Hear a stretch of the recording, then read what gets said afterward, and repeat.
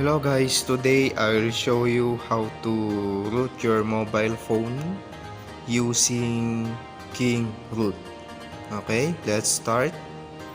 First of all, I downloaded the King Root application in the internet. So I already posted the link down below for your reference.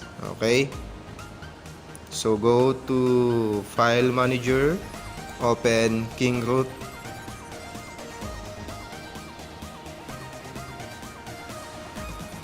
Install.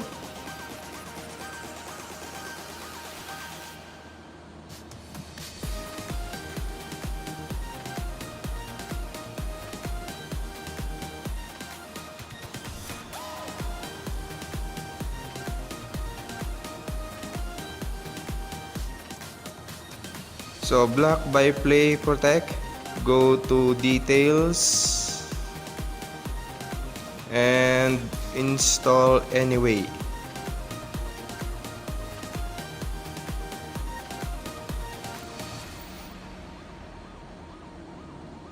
Once the installation is finished, click open.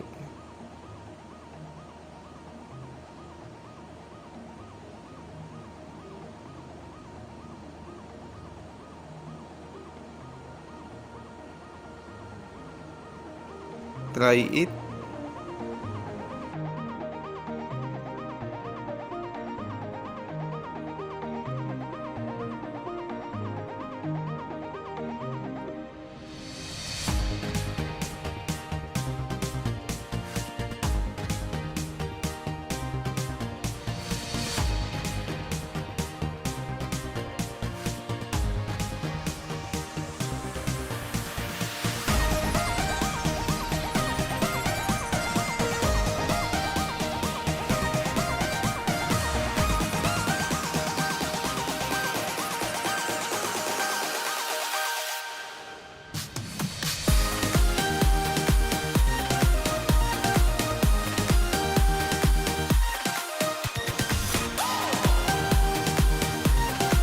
Optimize.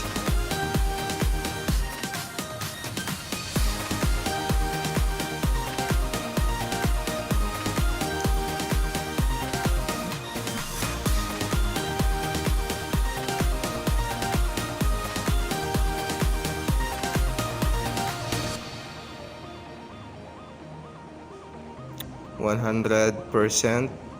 So just continue.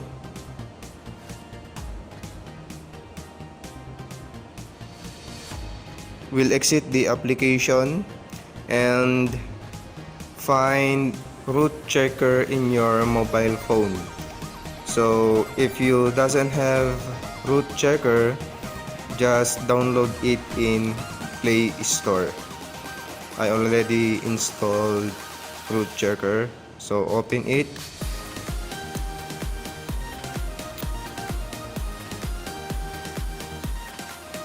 Then verify root.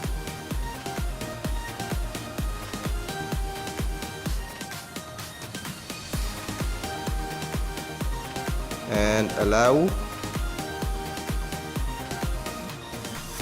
Okay. Congratulations, root access is properly installed on this device. So that's it guys, hope this video helped you a lot. Don't forget to click subscribe. Thank you for watching.